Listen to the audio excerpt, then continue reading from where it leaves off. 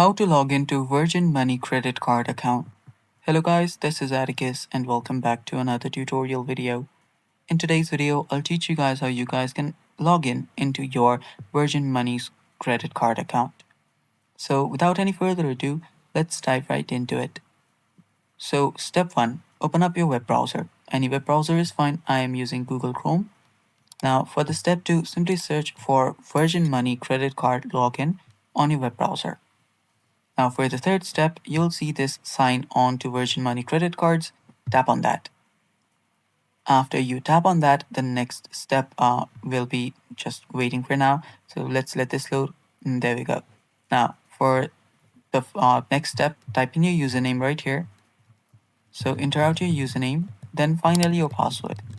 After you do that, the final step is tapping on sign on. After you tap on sign on, you'll get logged in. And that's how easy it is. And that's all for today's video. Thanks for watching guys. Stay tuned for more and bye bye.